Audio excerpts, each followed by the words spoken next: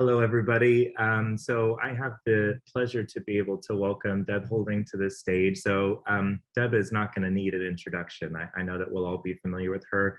The STA tutors, we are co-conspirators with Deb Houlding. It's great to have the principal of the school here with us. Deborah founded the School of Traditional Astrology in 1996. In the same year, her book Houses, Temples of the Sky was published. She was the founder of Acela Publications and the Traditional Astrologer magazine, and the founder of the SkyScript website. Here to talk to us today about William Lilly's own question, his mind through the horary lens, is Deb Houlding. I'll go ahead and turn controls over to you. Do you prefer questions? Do you want me to interrupt you with questions, or do you want them? Yeah, I'm not very good at keeping my eye on the chat box, but I'm happy to stop for questions at any time because I like to explore roundabout themes. Understood. Okay, fantastic. So I'll go ahead and mute and turn off my video, and it's all over to you. Thank you. And so this presentation is going to be taking a look at one of William Lilly's horrors, which is always interesting. I mean, it's always just well worth the time to spend to dwell over his horrors. We talk about them so much. We have them in our astrological environment, so it's always worth the time, getting to know them well. The slide there is just to show people that there is actually an article that I've made presenting the points that I bring out in this presentation, which also includes a nice modern time edition of his horary and some extra little details. So that will be made available to everybody after in a day or so. So you don't have to sit hanging on to every word or taking notes. There is a follow-up material for you to have afterwards. So this is the horary we're going to be looking at, Master B's houses. And we'll start by removing the Zoom controls to a better place. Lilly starts off his judgment. He says, "The inheritance of the house wherein at this present 1647 I live, and some others being proffered me to buy in 1634, I had a desire to know if I should deal with the seller and procure money in convenient time to pay for the purchase, my own money being in such hands as I could not call it in under 6 months' warning. Being desirous, I say, to purchase the said houses and fully resolved upon it." So bear that comment in mind. Lilly is not idly asking, should I buy these houses or not? He is absolutely convinced in his mind he is going to buy these houses. He wants to buy the houses. He wants the astrology to aid him in the purchase of the houses. And unless there is nothing in the chart that he can explore, then he's going to use everything in this chart as a means to achieve what he is fully resolved upon achieving. So he says, "I took my own question myself. At what time I found my mind was most perplexed and solicitous about it." So when he had really connected with the question, "and the time of my query to myself fell out according to the position of heaven aforesaid."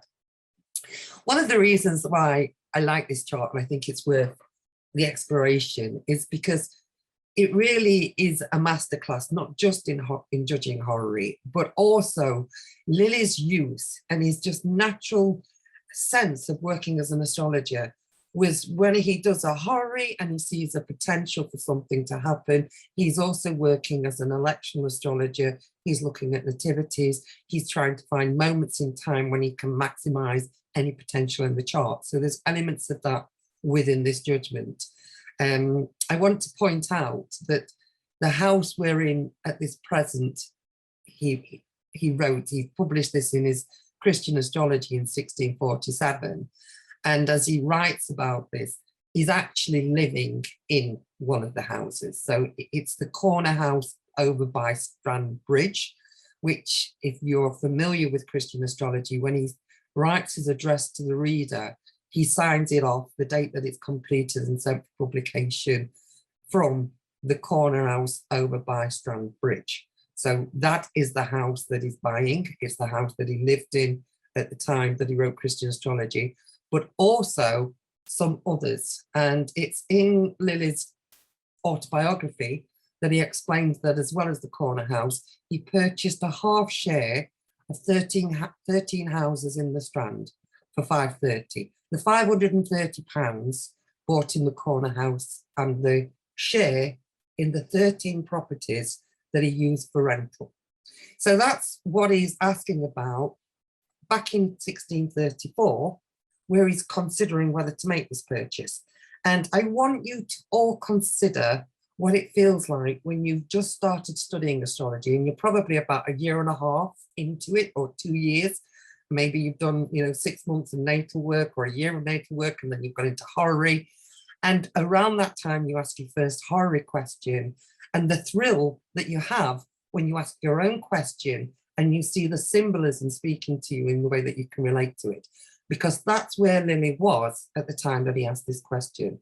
He only started studying horary, he only came across the idea of it in 1632. So by the time that he asked this question, he's a couple of years experience, but he's by no means an expert astrologer. This is before he's made his reputation. Okay, so, if I go back, what I want to explain is, this is the way that the chart looks in Christian astrology on page 219. And this copy, I always have when I want to study an historical chart, the last thing I want to do is correct it. I don't want to correct its errors, because I want to understand what the astrologer saw and connected to with. So, I have this thing that I always like to redraw historical charts exact in their details with no difference whatsoever. So, if Jupiter is actually at 2450, I want to put it where Lilly saw it, because I want to see this chart through Lilly's eyes. So this image here is an exact reproduction of the horary. And we can see that the center detail tells us that the moon is separating from a conjunction of Mars to a square of Saturn. When we look at this chart and we see that the moon is on the 12th house cusp, separating from square of Mars, conjunction of Mars to the square of Saturn, which of course means that that moon is besieged. So on the 12th house cusp. And one of the reasons this horary is considered to generate such a lot of discussion, or has done over the decades that I've been involved in astrology, is that so many astrologers look at this chart and say, what was Lilly thinking? He had to really turn the knowledge of astrology inside out to get a positive outcome from this chart. The moon is debilitated. It's on the 12th house. He admits at the end of the judgment, I did myself a disservice. And he will never I will never live to see those leases expire. He basically would not have been a profitable landlord. Thank goodness for Lilly. He had a different career developing. We look at it and we see that Lilly is signified by Venus, which is combust. And one of the considerations, of course, is to be careful when the significator of the first house is a combust planet, because that person will not be regulated. And that's in Lilly's terms, that they won't be regulated, they won't listen to advice. And people have made a lot about this combust Venus representing Lilly, to suggest that he wasn't looking at the symbolism of the chart. He was fixed in his mind that he wanted this purchase, so he ignored the good advice of the chart. And other people have suggested that Archie Dunlop, many years ago, I'm talking about maybe 2 or 3 decades ago, I remember this chart being discussed, and Archie Dunlop proposing that Lilly was actually in love with the daughter of the seller, because the sun, which is combusting Venus, rules the 5th house from the 7th. Therefore, Lilly must have been in love. And Lilly talks about the seller's daughter was very much a friend to him in this matter. So it was proposed that Lilly was just in love with her, and she hoodwinked him into the purchase. Anyway, astrologers have looked at this chart and decided, I can't see what made Lilly go ahead with the purchase.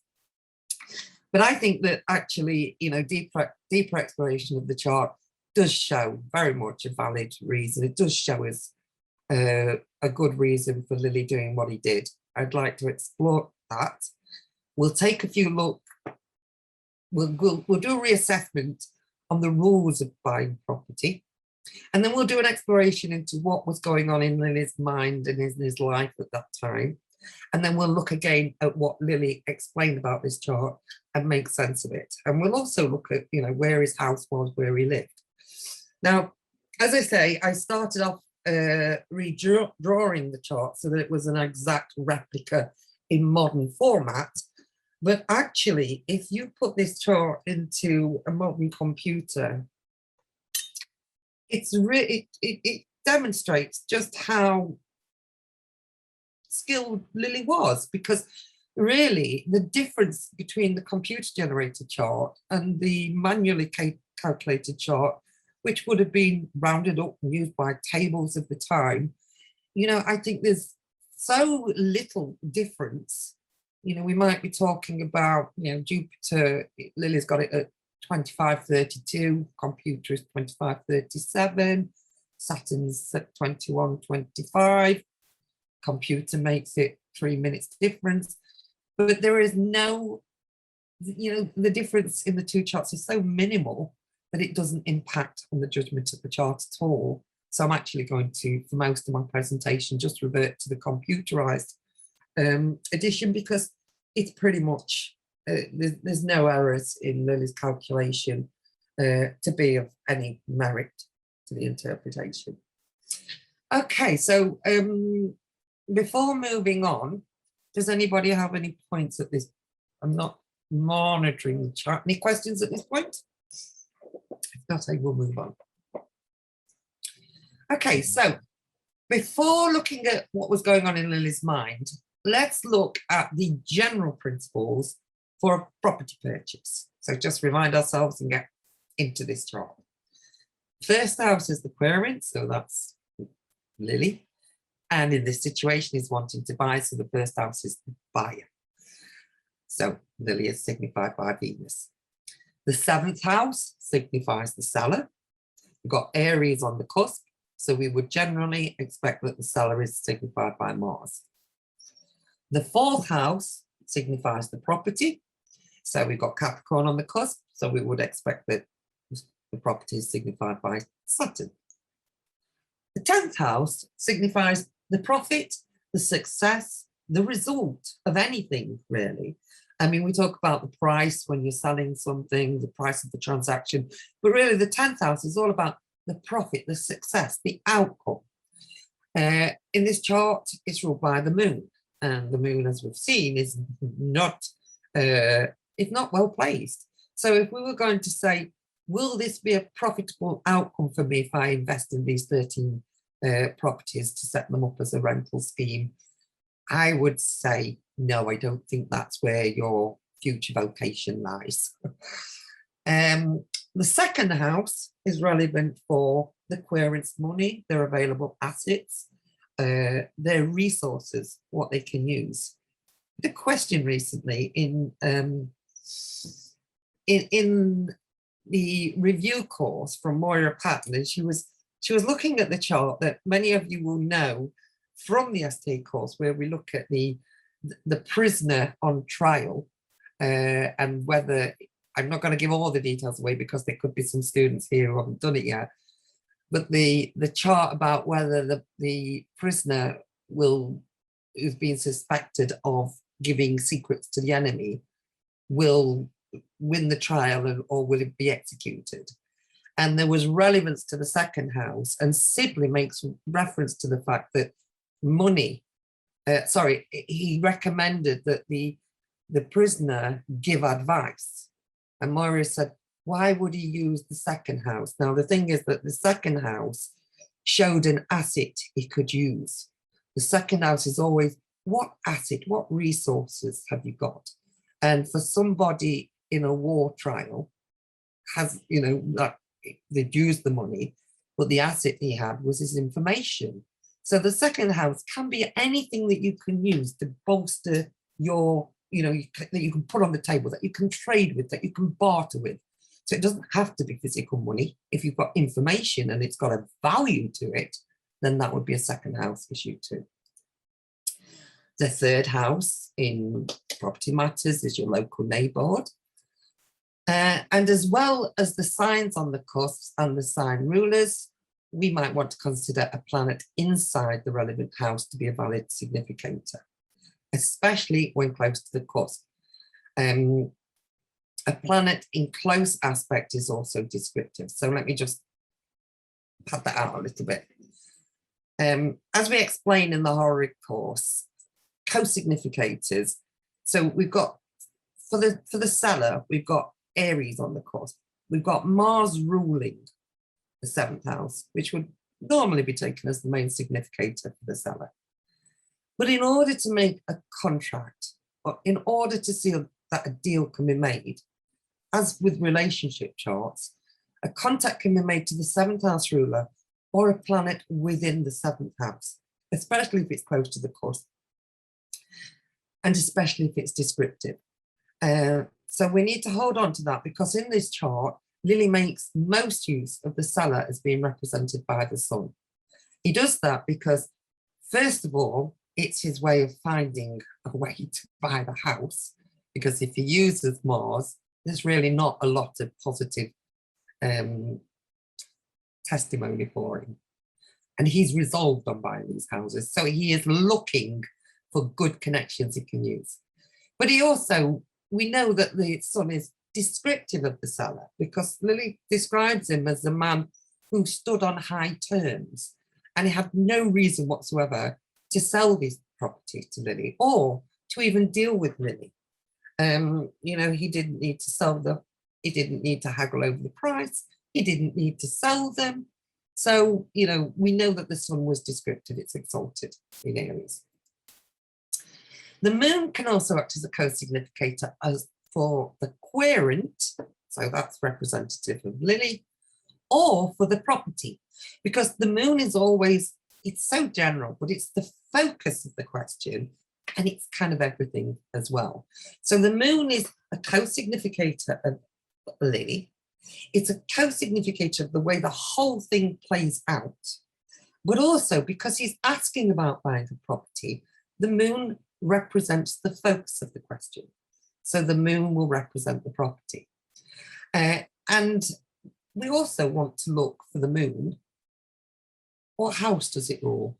So it rules the 10th house. So as I've said, it will be relevant to the success, for the profit to be made when everything is said and done. What is the fruit? I always think the 4th house is the root of the matter. The 10th house is the fruit of it. So the moon signifies the fruit of the matter. And in terms of if this was a harvest, that moon on the 12th house course from the conjunction of Mars to the square of Saturn, I would say you might get some pears, but the pears will be a little bit disease-ridden. Okay, so that's the general signification.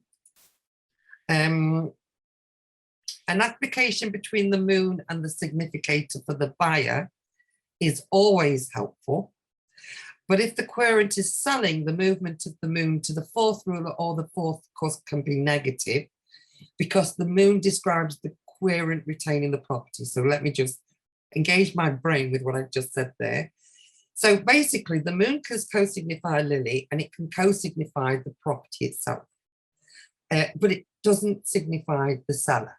So if we have the moon making an aspect to the 1st ruler, that would be symbolic of the property making a connection to Lilly. So he gets the property. So moon to 1st ruler, moon to 1st house, that's good. Or moon to 4th ruler is good, because that moon could be signifying Lilly. So making an aspect to the 4th ruler shows Lilly gets the property. Deborah, you have 2 questions that have come in. So Maria has asked, so Karen, I see you've raised your hand. If you want to go ahead and type out your question, we'll get to that.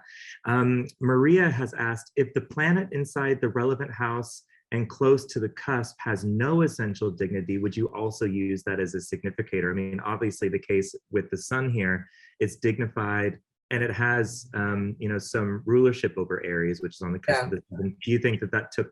I don't. Well, first, one thing, we will cover this in more detail. What I'm trying to do is just give an overview so that when we look at the details, we understand it better.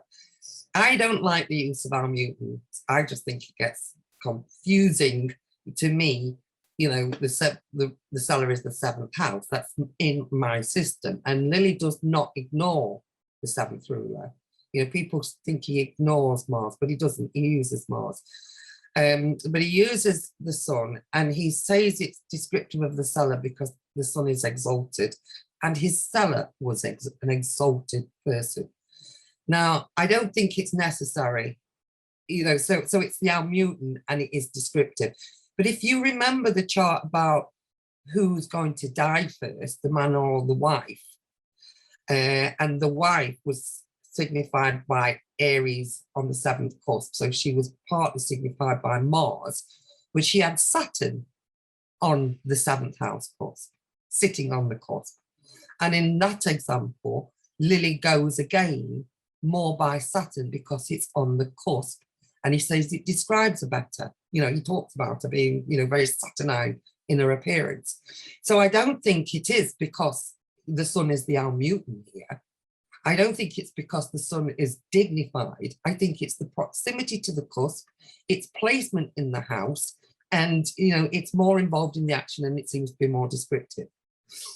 And also Mars is going to be doing other things. So I hope that answers the question on that. Perfect, thank you. We didn't get the text of the second question to come in, so we'll just keep proceeding. And if it comes in, okay, you can interrupt me when it comes in. Yes, I probably got a little bit ahead of myself there, thinking of what's coming up in the next slide. So what we would normally look for agreement in a property chart, the moon or the first ruler, see the ones with the circles around, making a good contact with the seventh ruler, which is Mars, the seventh house cusp, or a fortunate planet in the seventh house. And that indicates a deal made between the query and the seller. And if those planets are applying, that means that they make the application.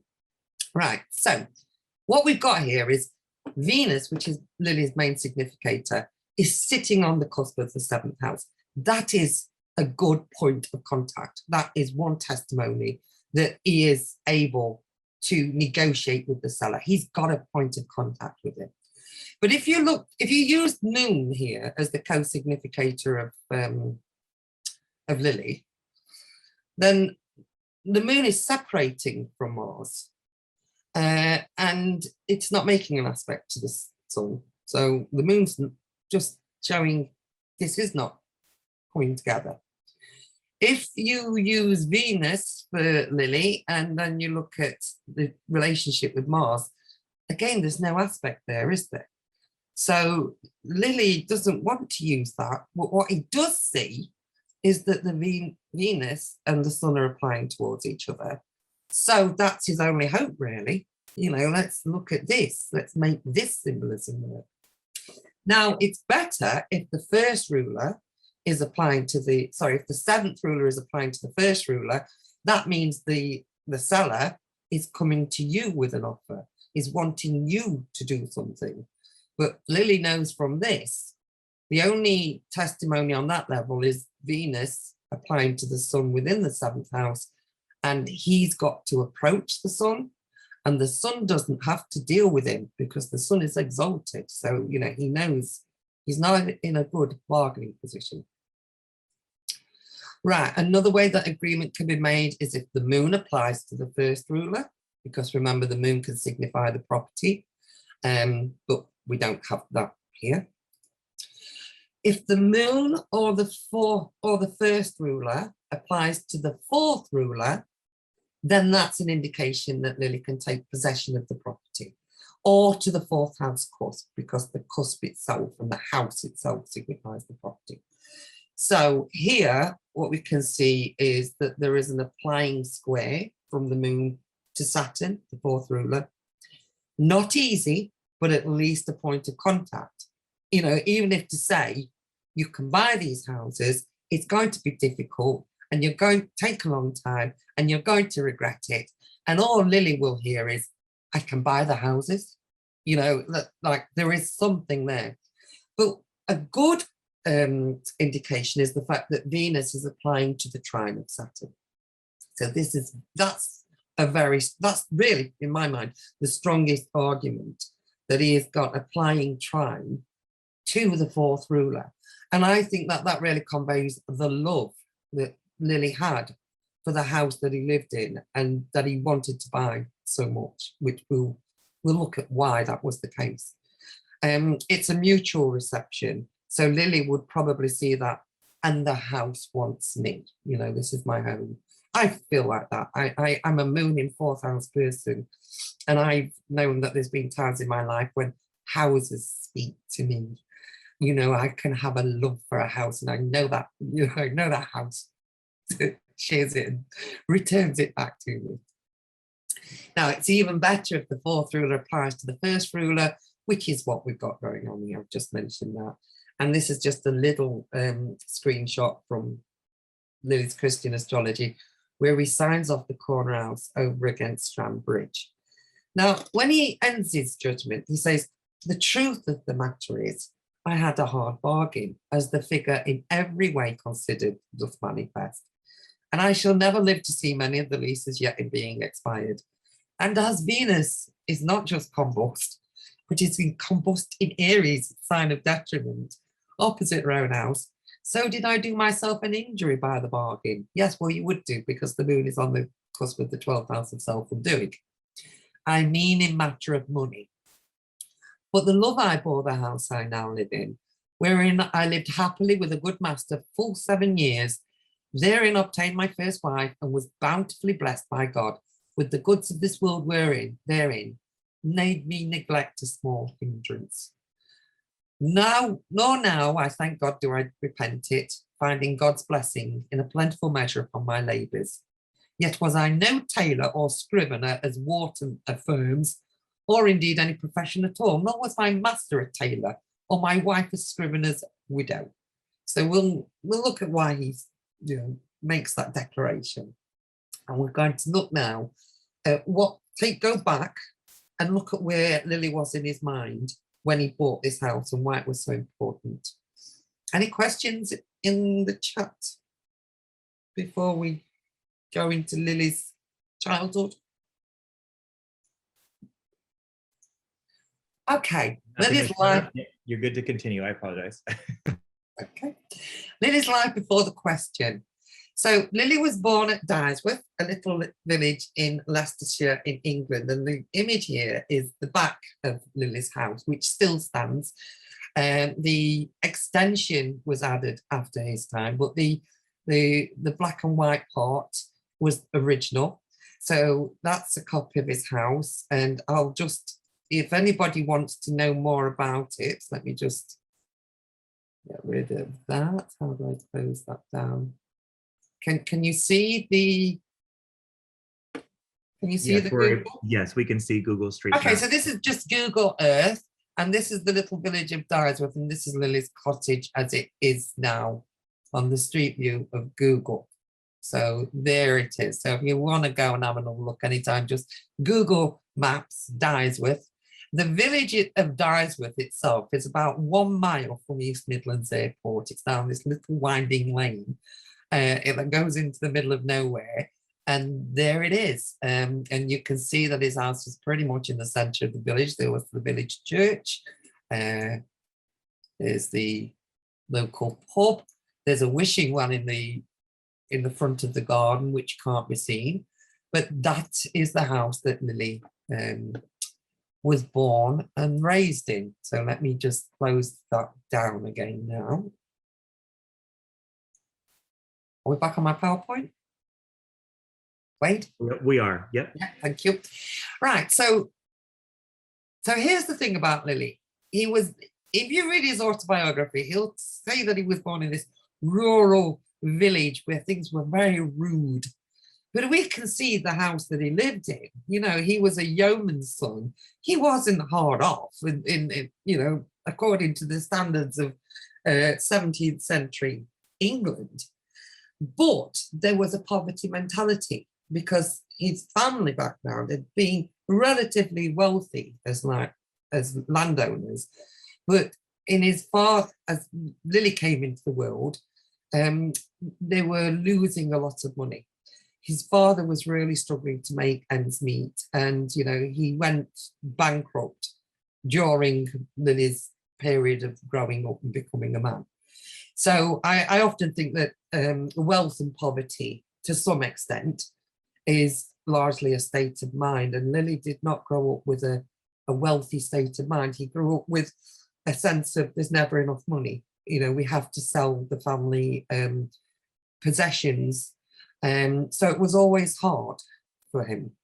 But this is his birth chart. And I think it's worth looking quickly at his birth chart. Notice he's got a combust Venus. Not sure if it's combust or whether he would have considered it combust or Cazimi. He's got Mars on the 7th house cusp, which would suggest that he doesn't, he has problems to do with marriage, which we'll consider. But the moon is in Taurus, making a trine to the sun. So, we'll just keep that in mind and come back to it when it's relevant. So that's Lily's birth chart, and he was born in Dysworth.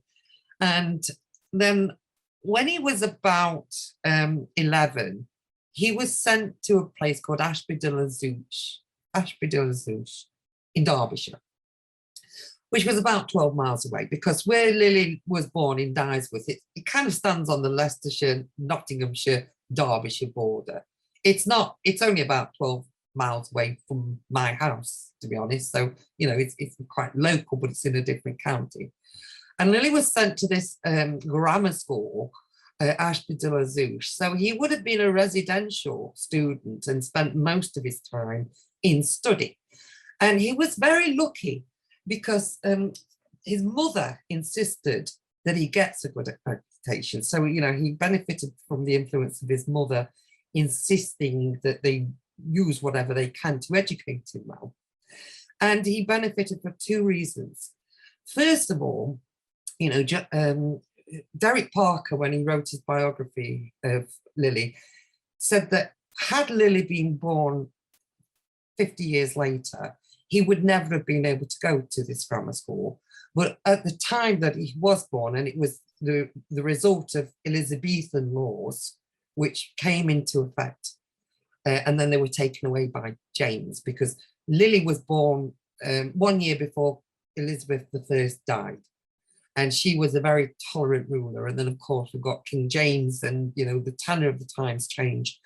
But he benefited from a real investment of that period of time into making grammar schools affordable as they could be, and then 50 years later, they became very expensive, and Lily certainly would not have been able to afford to go. So he benefited from that age of life.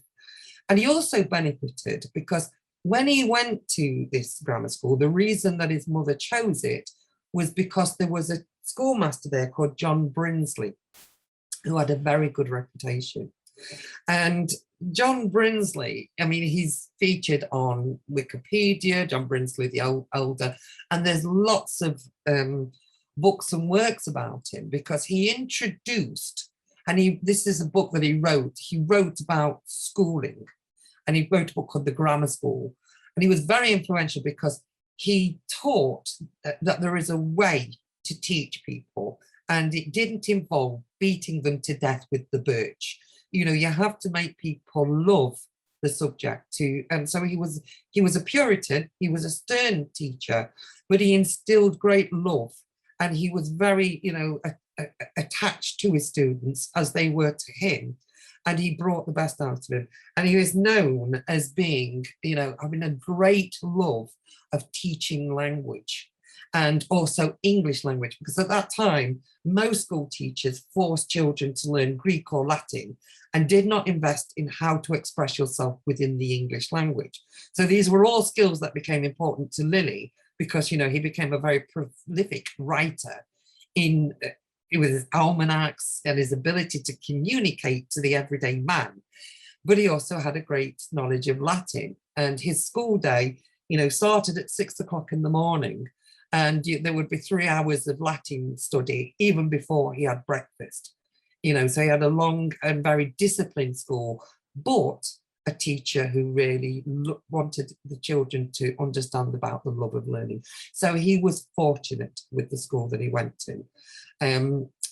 He, in 1619 or 1620, I can't remember which one it is, he returned to Dysworth and he took up a post as a local school teacher.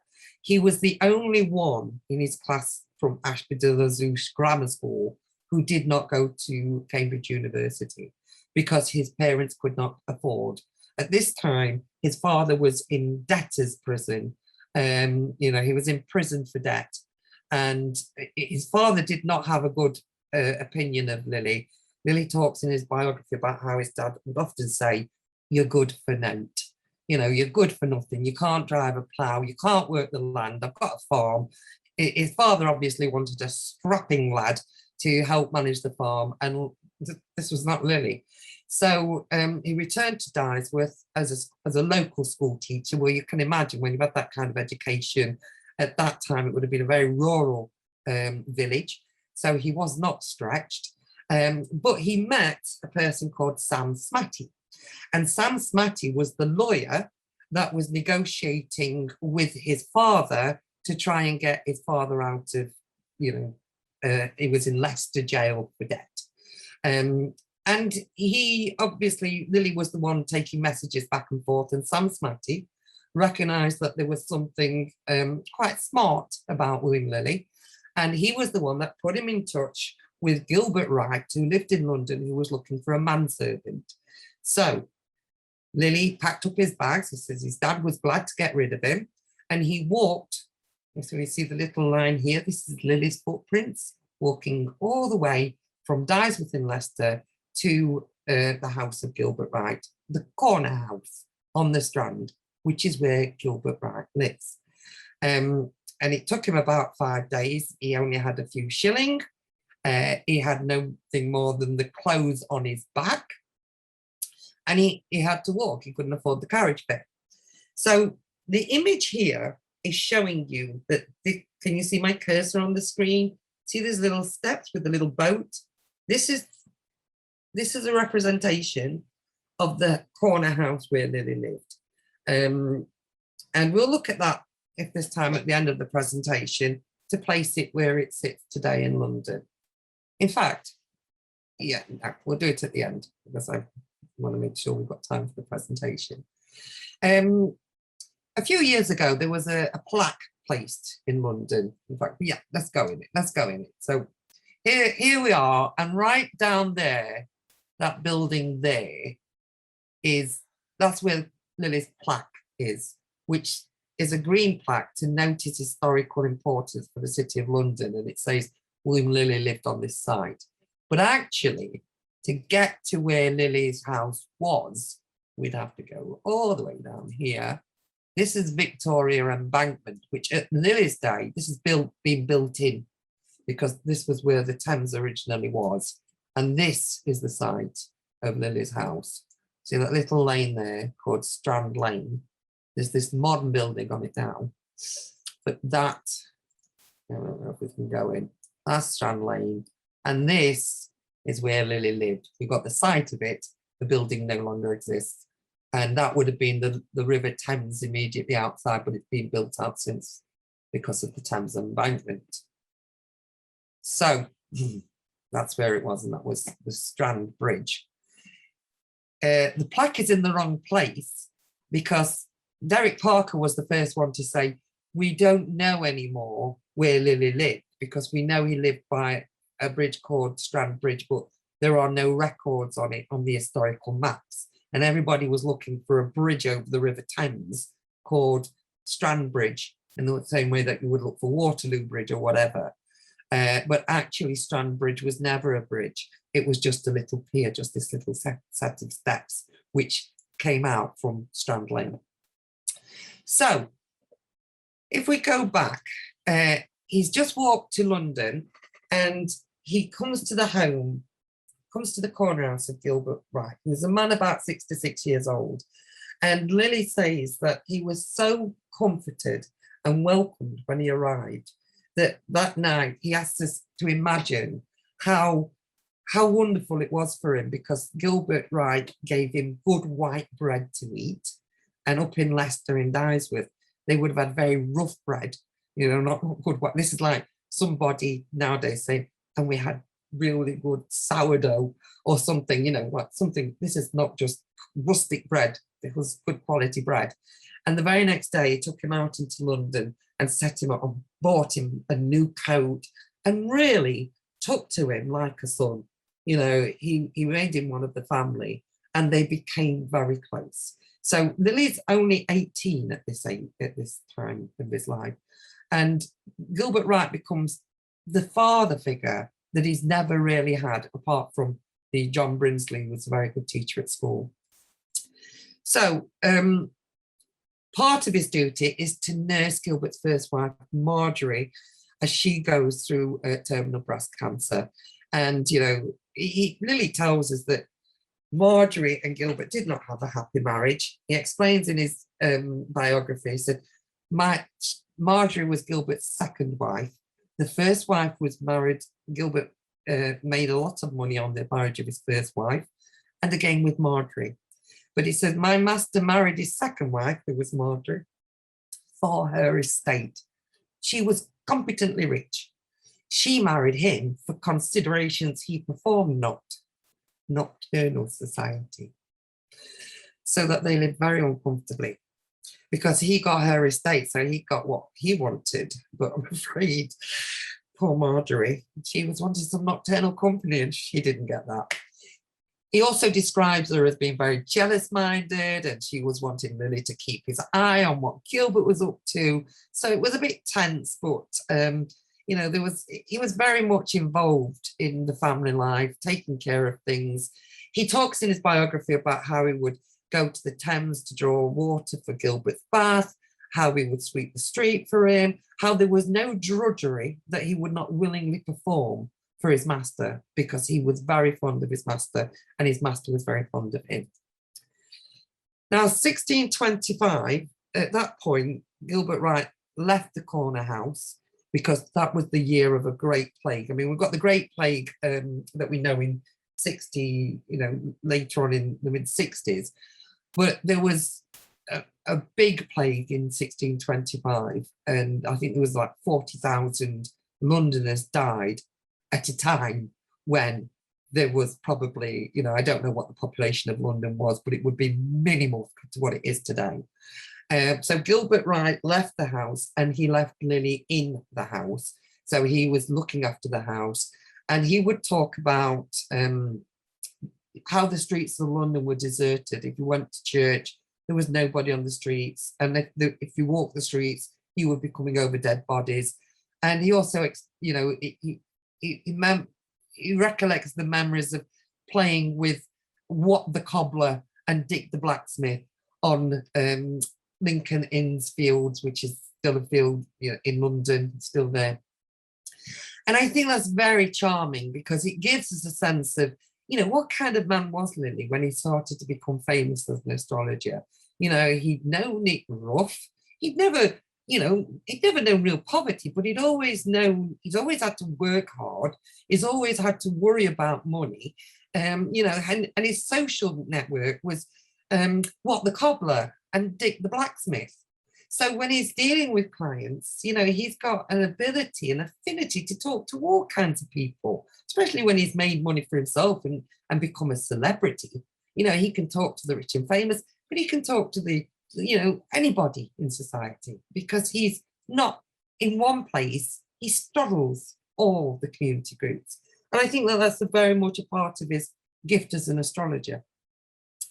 Anyway, at that time, when Gilbert Wright returned, he brought home a new wife, Ellen Whitehair, who was a widow. So Lilly gets to know Ellen. And then 2 years later, Gilbert Wright dies. And later the same year, Lilly marries Ellen. And again, he talks in his biography about the fact that the audacity that he dare propose to the widow of Gilbert. But he explains that she was an elderly woman, and she'd been saying that, you know, she'd married twice for money, and if she marries again, she's not going to marry for money. She just wants a nice, honest man.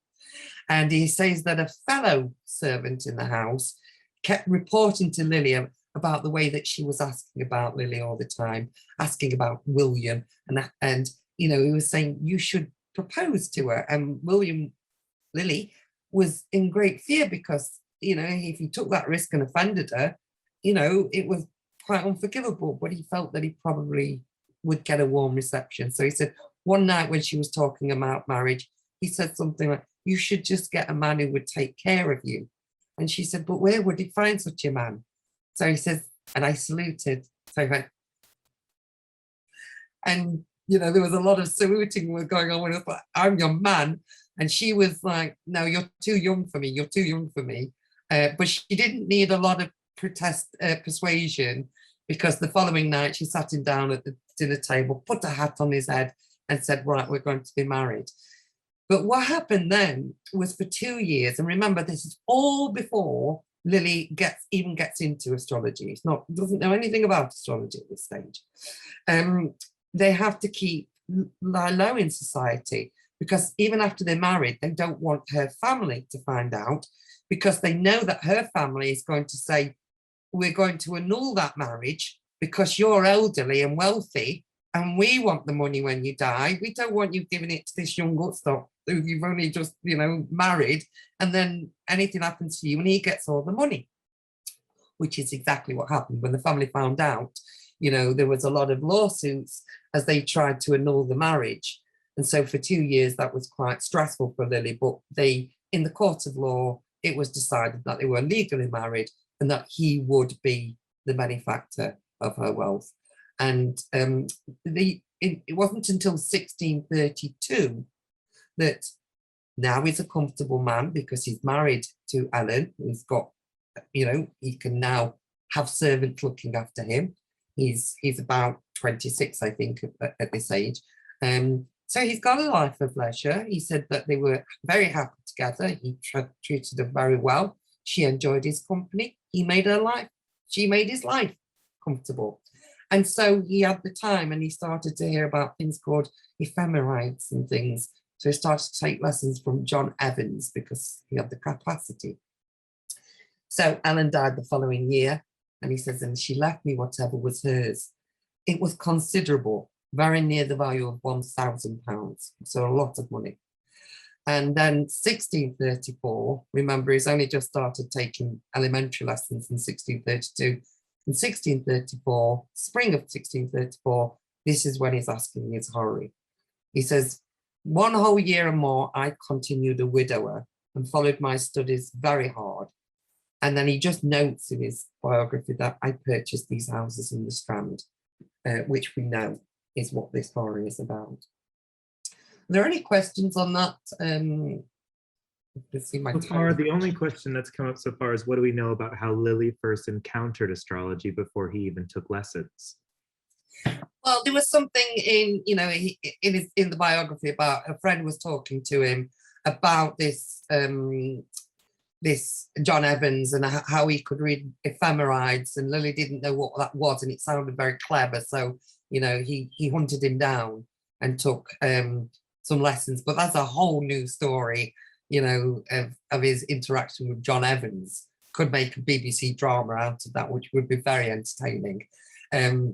So anyway, I'm a little bit worried that I'm hogging up the time, and I need to move on. So let's look at this. Let's look at this horary. He says the first thing he noticed is it got the same sign ascending, the same degree ascending in Libra as his Jupiter in his birth chart. So he knows straight away there's radicality in this horary. And he says, I look on that as a good omen in the first place. You know, Jupiter in his birth chart rules his midheaven and his ninth house. So one of the things that I sometimes think about when I look at this horary is the fact that after the moon has made that square to Saturn, it will also make a square to Jupiter, which to me, is kind of saying, you know, the moon in the 10th house. I know we're asking about a property issue, but when I look at this and I think, why did Lilly have such a compulsion to buy these properties? Where was it coming from? Now, we know that when he went to live with Gilbert Wright was a very confident man. He was a confident speaker, and he made his living by renting out property. That's how Gilbert Wright made his living. So Lilly is not thinking it's going to be an astrologer at this time. He wants to invest in property to make his living, to follow in his master's footsteps. He's now a widower. He's now wealthy. But he has got to move in 17th century society from somebody who was an upstart, who had, you know, lawsuits against him because he married a wealthy woman and people didn't want him to get that money. And also, like, who are you kind of thing? You know, like, he's got to make his impact on London society. So for Lilly, it's, to me, I see this as somebody as, he wants to own that house that he came to as a servant. You know, he doesn't want to be a resident of it. He wants to own it. And that house is everything that he knew of as a home. It was, you know, it was his basis, his foundation. He was happy there. That's why he said, you know, that was the house where I found God's blessing. I met the people who made me wealthy. I met the man who treated me like a father. He loved that house. Now, I think he would have been better off just buying the corner house and letting the rental properties go. But, you know, it does seem that in the horary chart, you know, that Jupiter-Saturn opposition is relevant to me, that to some extent, that grounding in the house that he loved would allow him to build a reputation as an astrologer later. So he says Venus is for him, and the sun locally placed in the 7th house is for the seller.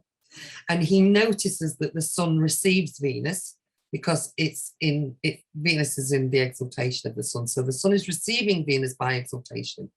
To have your planet received by the other planet means they are going to be attentive. They're going to listen to you. So that was Lilly's view, that he doesn't need this sale and I have to approach him. But I do believe that I will get him to engage with me. And so he says, finding my significator received by the sun, and so near to the cusp of the angle, it was an argument I should proceed further, notwithstanding Venus, her many debilities. Well, he's currently Venus debilitated in Aries, because at this time, he hasn't got a reputation. He hasn't got a social standing. He is a nobody that has just inherited an elderly widow's money, with society looking on him in that way.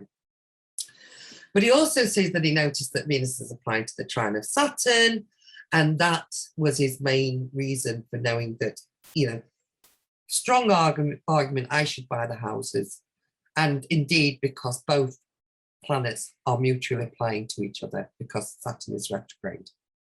But he says, I also considered the sun was in perfect trine with Saturn, and the sun being lord of my 11th and he the 4th. So now he's looking at the 11th house and thinking, that sun, which is signifying the seller, that is also the emblem of my good fortune, my good hope, my, you know, the good things for me. And my 11th ruler, which is my hopes and dreams, that is also making a trine to that Saturn, because buying that house is, and all the other properties that came with it, because, you know, he wanted to set himself up as a landlord. And he said, and Saturn, at this point, he says, he also wonders whether Saturn has some relevance for him, because he says, because he beholds the ascendant and therein has exaltation. So here's a place where he's giving Saturn some dignities, some recognition to him because of its dignities. Now, I think this is where Lilly really goes out of kilter with his normal technique, and I didn't need to do that. So this doesn't really mean a lot to me, but in Lilly's mind, he's looking for ways to boost up the positive connections. So Saturn is the exaltation ruler of Libra. So he said that this trine encouraged him to proceed further in the matter. Then he also looks at the translation of the moon from Mars to Saturn. And, you know, he really twists this here. He says, it's by square, yet it is out of signs of long ascension. Doesn't make any difference, Lily. But he says that that did much facilitate the matter, but with some leisure and slowly because of the square aspect. And for us, the moon is afflicted and Venus unfortunate. So I had much to do and many meetings about it. The seller not abating 1 penny of the £530 being the first penny he demanded. So basically, Lilly did all kinds of electional astrology for this chart. Used every astrological tool in his toolbox and ultimately bought the houses at not 1 penny discount. But the achievement for Lilly was that he was able to buy them at all, because he said one of the things he noticed is that the sun, so what we've got going on in this chart is Venus is applying to the sun, but that aspect does not perfect until both planets have moved over into the middle of Taurus. So, you know, Venus is moving at a pace where they don't perfect before both planets move out of Aries. So what happens before then is the sun applies to a sextile to Jupiter. And he says that there was somebody, a jovial man, who came and offered fair, you know, offered more than Lilly. But this was after his bargainings had begun. And so, you know, it didn't destroy his hopes for him. And then he said that this was where the daughter of the seller was his friend, because she, once he'd entered into his negotiations, the seller's daughter would not allow the Jupiter person to gazump him. So he's a little bit all over the place, really, with, you know, like the sun is the seller, but Mars is the seller too. The sun is the seller, but the sun is also the seller's daughter. He's just, you know, coming at it from all different angles and lenses. And I find it interesting that he makes this comment that he says that, you know, she allowed no other people to interfere, though some offered fair. And when he says fair, he doesn't mean they were being fair about the system. He means they offered a fair amount of money. He's like, they probably offered more than he did. But he says, to hinder me. And I wonder why he thinks that somebody else would want to, you know, hinder him rather than buy the property. So I do kind of wonder whether in Lilly's mind, he had made this so personal that, you know, somebody else trying to buy the houses was now, you know, you're trying to attack my right to buy these houses. This is personal now. I will do or die, but I will have these houses. And remember, he'd only just come into £1,000, so he could afford to, you know, spill a few pounds in the way. So Mars is retrograde. And so he says that this shows I won't get any of my own money to supply, and he didn't. And also the moon is separating from Mars. So he knows he can't get his hands on his own money. But again, we go back to the 11th house, a friend.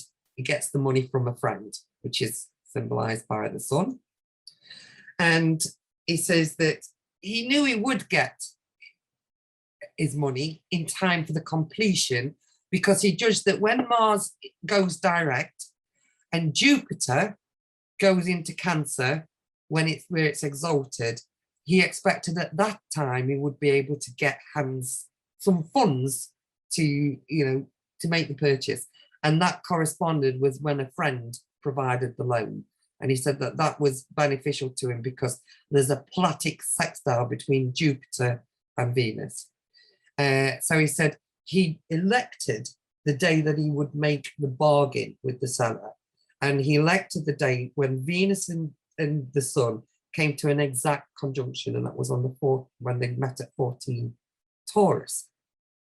So that was the day that he bargained. And if you look at the chart for that, you know, the moon would have been trining this Venus and sun conjunction. And there's several other really good connections, but he only mentions in Christian astrology, the fact that the Sun and Venus, on the day that they united, that's when he armed himself and he went and made his offer and bargained and made a deal.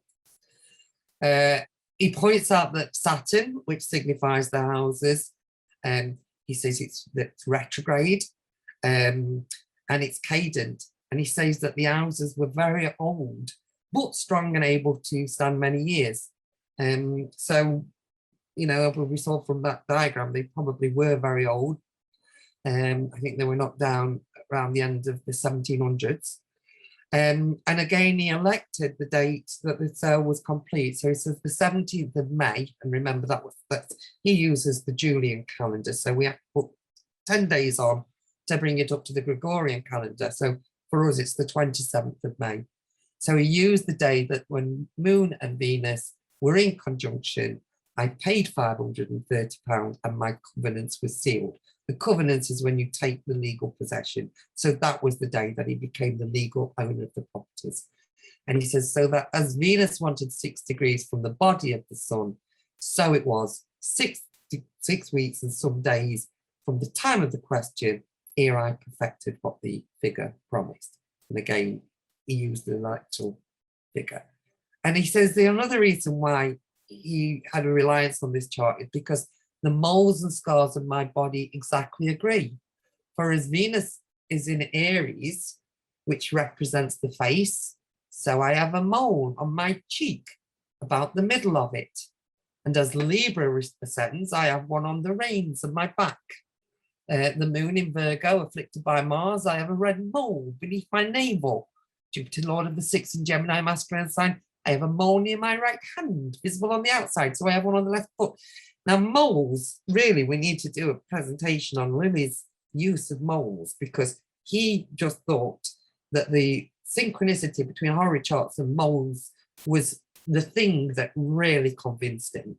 You know, he says somewhere in Christian astrology that it was that element of astrology that totally convinced him that this is, you know, a completely reliable approach to take horary, because of the way that he could identify moles and marks in people's bodies. So he does that.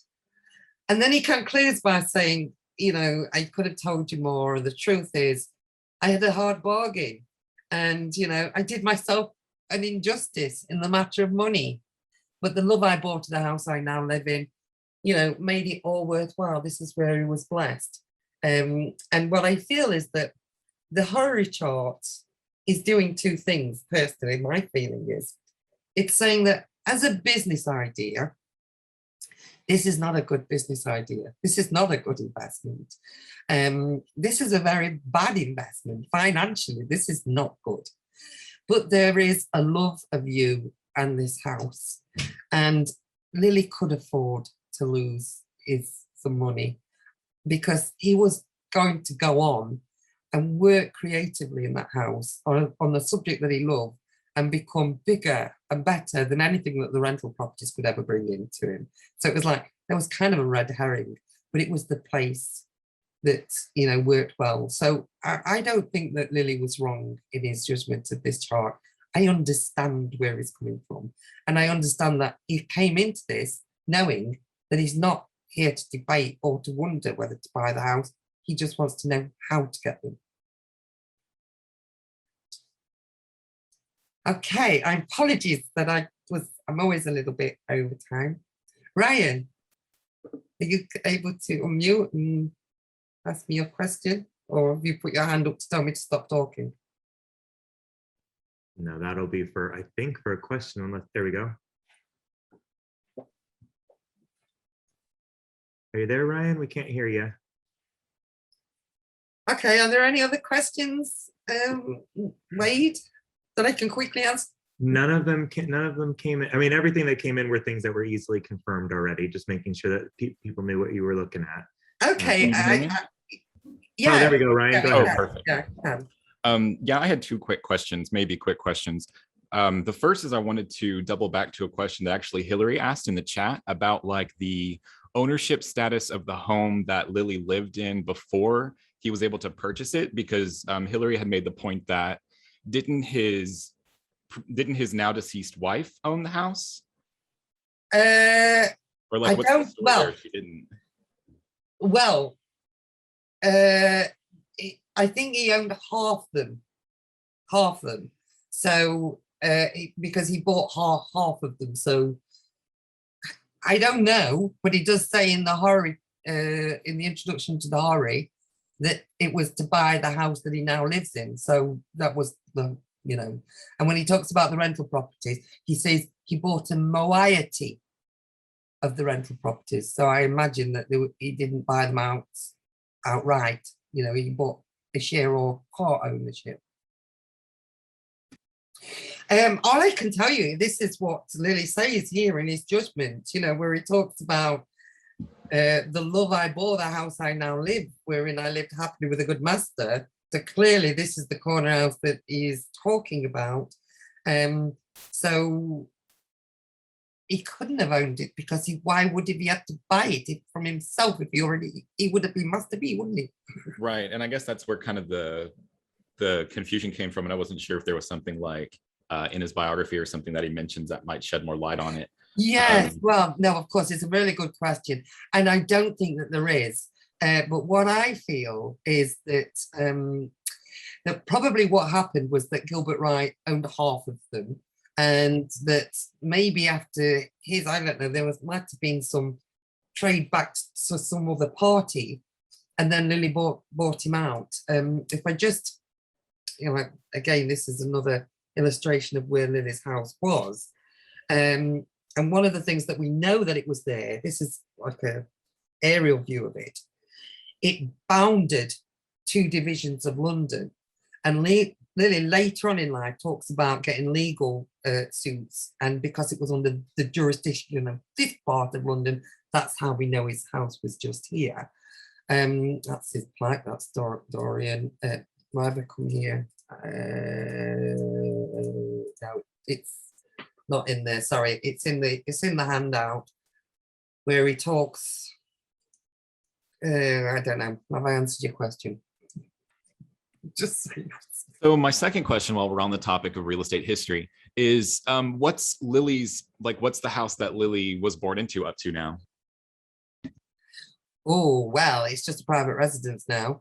But in 1997, there was an owner who lived in it for many years, and I had visited it several times. I mean, it's very local to me, taking Robert Hand and different people when they came over, and I knew the seller, the owner, quite well, and you know, made the offhand comment that if you ever sell this, you should let the astrological community know. So he let me know, and there was an appeal. There was attempts to buy it by the astrological community, but came very close to buying it, but not in time. So it's just a private house. Okay, I think because one final question, Rick, or sorry, one final question, Deb, comes from Will. I'm only worried if you're going to close me down. I can talk forever. No, you're fine. You're fine, because the next thing is the Q&A. Away from me. Yeah, it's the Q&A next, so it's not a problem. Rick has asked, what were the particulars of these properties that enabled him to work on astrology? Was it proximity to clients? Before you finish, I have just remembered what it was I was trying to say to Brian when I said it's in the handout. Yes, so in the handout, there's a reference to the fact that so Lilly's house was there, and this is called Strand Lane. Originally called Strand Bridge Lane, but that gets dropped off the maps as history progresses. And Lilly talks about buying a share of 13 houses on the Strand, and he's living in the corner house. And there's a book that talks about the fact that there was a row of tenement houses called Golden Buildings on Strand Lane. And so I wonder if they were the houses that Lilly bought. And I'd love to prove it. I said, you know, I got a feeling that they probably were. My bones are itching, but I can't prove it. And if I can just show you that that's Strand Lane now. It's a horrible, you know, back street of London. We can only imagine how filthy and horrible it was in the 17th century. But it is quite good because it's got a Roman baths in it. So, you know, I mean, it's got a lot of history to it. Sorry, wait, what was your question? Yeah, so this comes from Rick. If you might want to say something about the particulars of these properties that helped Lilly in his astrological work. Did it help him because of his proximity to clients? Do you have any comments? No, I don't think so at all. I think what I suspect, remember that at that time, Lilly wasn't working as an astrologer. You know, he published this chart in Christian Astrology in 1647, but this chart was cast in 1634 before he made his name. Now, you might know more than me, Wade, when he did that pamphlet for, you know, somebody in Parliament, and suddenly it got a lot of attention all of a sudden. But this chart seems to have been before he got anybody, you know, noticing his work. So I think astrology at that time was very much like, he's just inherited a fortune, but he's a hardworking man. He's a productive man, and he has to study. You know, it's been ingrained into him to study, to research, to philosophize. So, you know, he really needs something. And what better subject than astrology, you know, in your retirement to give you an interest, a fascinating interest. So I think at this time, what his thought was, you know, like, that will be my income. I'll invest half the money I've got, then I've got an income coming in, and then I can do, you know, I can afford to do the things that I want to do with my life. And of course, the other part of this is that when Lilly does purchase the home, his standing in London society changes. And it makes it easier for him to move in different circles and become acquainted with, you know, movers and shakers all over, which became the bedrock of his practice over the next. Yeah, the corner house on the Strand, that's where he would have his consultations. That's where people would come to meet him. But the rental properties, we know nothing. And there's nothing in his biography that I'm aware of where he mentions like I sold them off later or I made a profit. I think all we have is what he says in his judgment, that truth be told, I didn't make a profit. I did myself a disturb, but the love of my house, you know, I'm not worried about it. I think it's a business mistake. So let's all thank you, Deborah. That was a beautiful presentation. As we've said earlier to other presenters, make sure you take some time looking in the chat box, because there's tons of flowers in there for you. Have been lilies on the ground wherever you walk. Okay, I'll see you.